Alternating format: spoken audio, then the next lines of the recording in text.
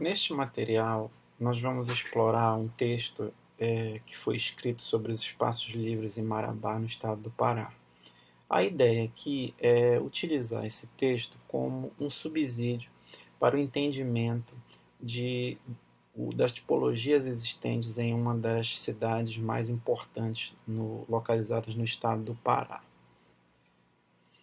Os espaços livres de Marabá foram tratados pelas autoras Luiz Pontes, Luna Bibas e a professora Ana Cláudia Cardoso, do Labicam, aqui da UFPA, trabalhando sobre as nuances da forma e da apropriação dos espaços públicos.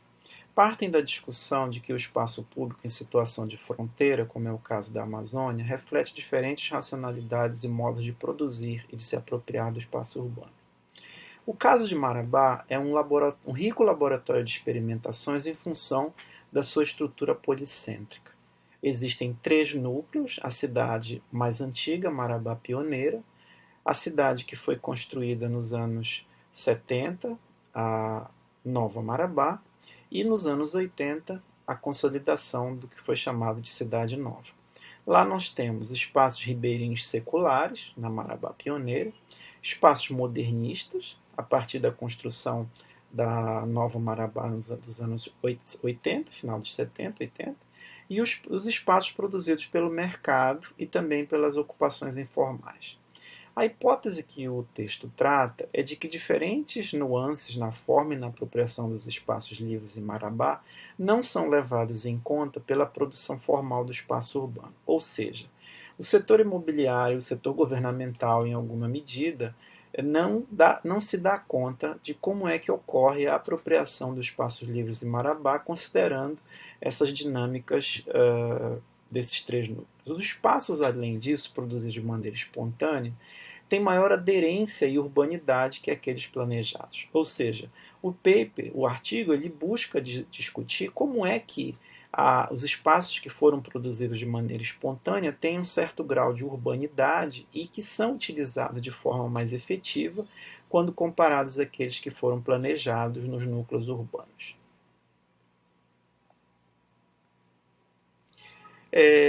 Por que esse assunto merece uma atenção? É porque se constata que um pós-moderno em construção no mundo e o potencial da cidade na fronteira vai trazer alguns conceitos que foram apropriados tanto das influências europeias, da Europa Ocidental, como dos Estados Unidos.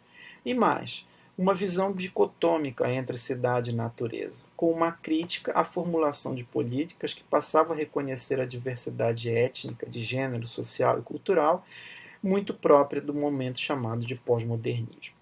Além disso, a região de fronteira é aquela que oferece condições específicas relacionadas a um determinado modo de produção e à formação socioeconômica, fundamentais para a produção e circulação capitalista, já que fornecem bens de subsistência, matérias-primas, insumos baratos e a reprodução da mão de obra para as áreas onde o capitalismo já está sendo desenvolvido.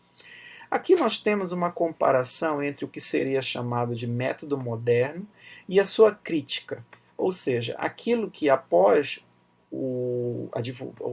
as cidades modernas terem sido construídas, inclusive a cidade Nova Marabá, pode ser associado como críticas. O que é que nós temos no movimento moderno na coluna da esquerda? Rotular, dividir, delimitar, fragmentar, trabalhar com a distância e a setorização. E uma certa expressão espacial desses volumes soltos no espaço. Já a crítica é justamente repensar esse método moderno. Em vez de rotular, ter um pensamento sistêmico que não pense ou que não trabalhe os objetos de forma separada. Em vez de dividir, buscar integrar.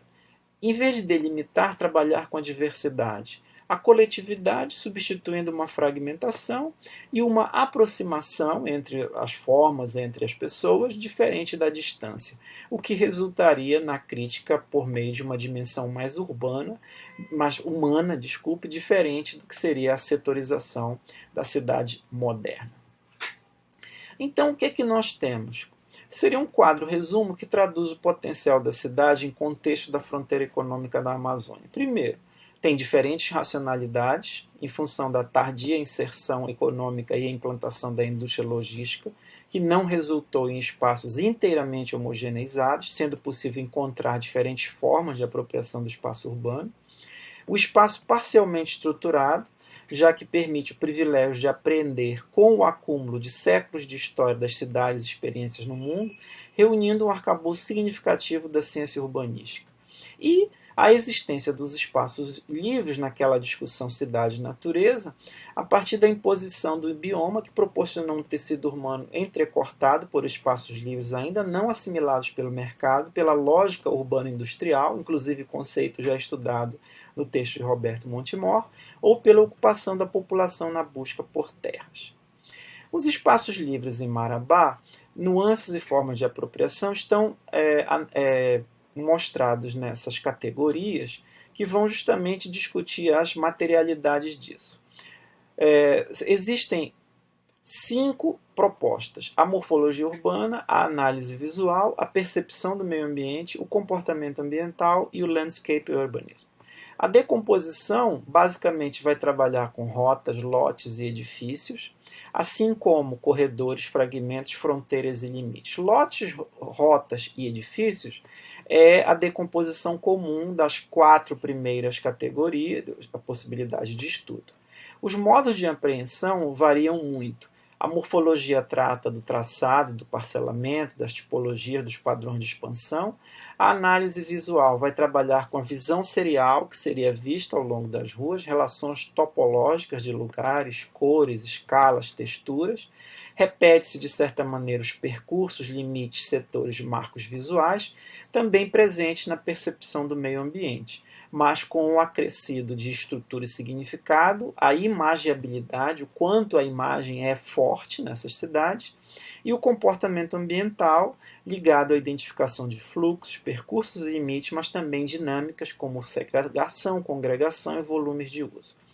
A parte de landscape urbanism, que é o paisagismo, vai trabalhar com outros modos de apreensão nesses espaços livres. Vai trabalhar com camadas de água, solo, fauna, vegetação, habitat de vida selvagem, uso urbano e o potencial de cada área. Quais são as ferramentas? Para a morfologia são mapas de cheios e vazios, mapas sintáticos. Para a análise visual, skyline, mapas também de cheios e vazios. Mapa de cheios e vazios é também presente na percepção do meio ambiente, além de mapas mentais. E para o comportamento ambiental se trabalha com entrevistas, a contagem de volume de uso, mapas identificando tipos de uso. E no caso do paisagismo, do landscape urbanism, vai ser a sobreposição de camadas biofísicas e urbanas.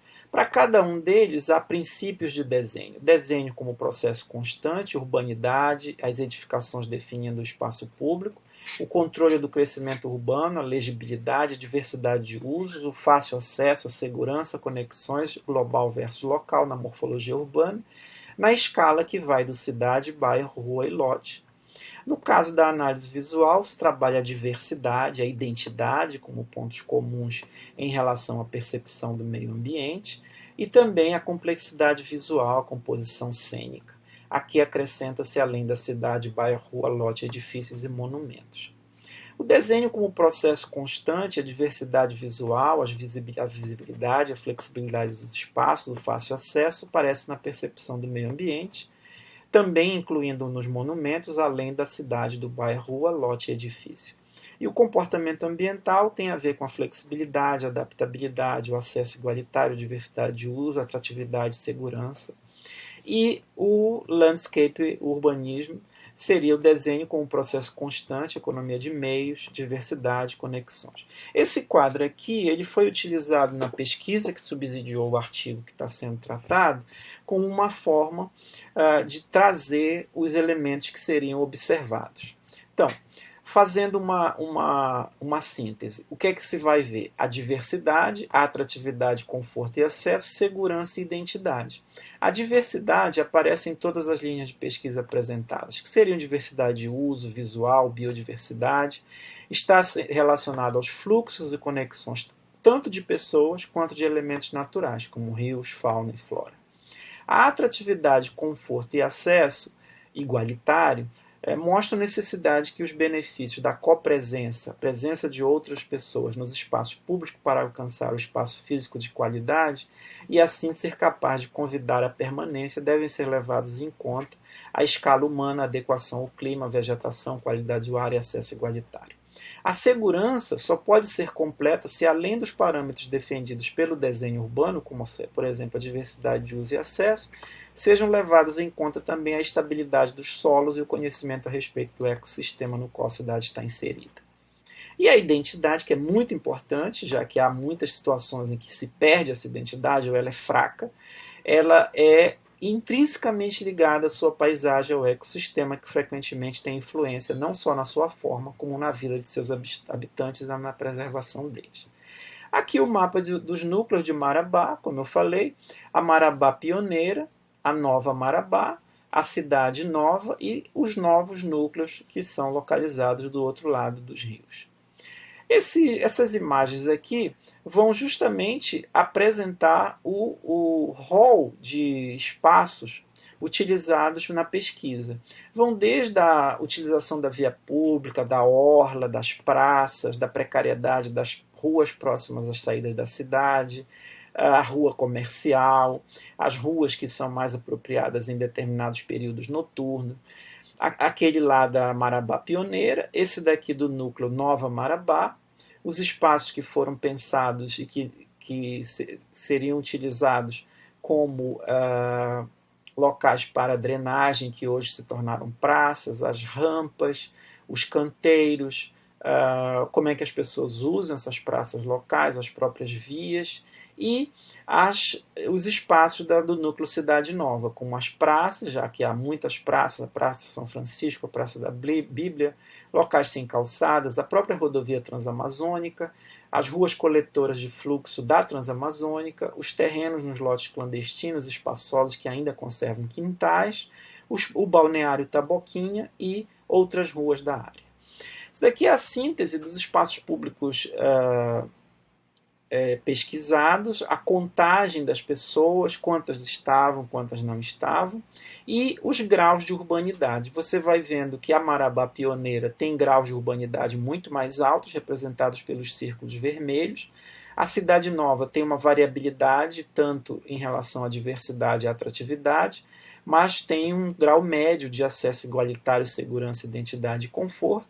E a Nova Marabá é a que tem atratividade, porém peca nos outros elementos quando você tem círculos menores a partir dos estudos que foram feitos em cada uma dessas localidades. Como conclusão, o artigo chama atenção para a comparação que, enquanto as metrópoles brasileiras consolidadas há mais tempo colhem segregação e degradação socioespacial como fruto da urbanização guiada por uma espécie de racionalidade cartesiana, industrial e homogeneizadora, a cidade na fronteira na Amazônia ainda não absorveu completamente esse modelo, havendo ainda resquícios de outras centralidades, visões de mundo, modos de usar e produzir o espaço urbano. Embora nessa condição de periferia da periferia, a destruição e as perdas aconteçam de forma mais voraz e menos visibilidade, ainda resiste um certo potencial de traçar outras trajetórias, que aprendam dos equívocos de outras cidades, do arcabouço da ciência e que tenham alguma sensibilidade às demandas reais das pessoas que habitam aquelas cidades. O aprendizado deveria partir principalmente da leitura acurada daquelas formações chamadas vernáculas, como nós vimos na Marabá pioneira, e que possam avaliar, por meio dos estudos, né, como é que foram produzidos espaços com maior grau de urbanidade, tratado no artigo por meio da diversidade, atratividade e conforto, que aqueles planejados pelo mercado ou pelo poder público. No entanto, não se trata de negar a produção do mercado imobiliário nem as estratégias de inspiração modernistas, mas aprender dos equívocos e acertos de cada um deles, posto que a qualidade espacial não está tão ligada a quem a produz, mas à capacidade do arranjo em cumprir demandas físicas, sociais e estéticas e assim garantirem a utilização. A condição híbrida da cidade de Marabá deu lugar a um tecido fragmentado, mas entrecortado por espaços livres, que é uma condição, de certa forma, invejável a outras cidades do do mundo. E também elementos que dão condições para que tenha uma proximidade homem-bioma, que desapareçam gradativamente junto a outras tecnologias que são que são aplicadas e se perdem no emaranhado da biodiversidade amazônica. A transformação do potencial em perdas com desvanecimento de espaços livres se esconde por trás de uma visão deturpada de progresso. Nesse sentido, tornar visíveis processos em curso e a homogeneização que decorre da baixa qualidade urbana é reconhecido pelo artigo como uma tarefa para os estudos urbanos que, quem sabe, poderia auxiliar a população a reconhecer seu próprio potencial, para assim reivindicar melhores espaços.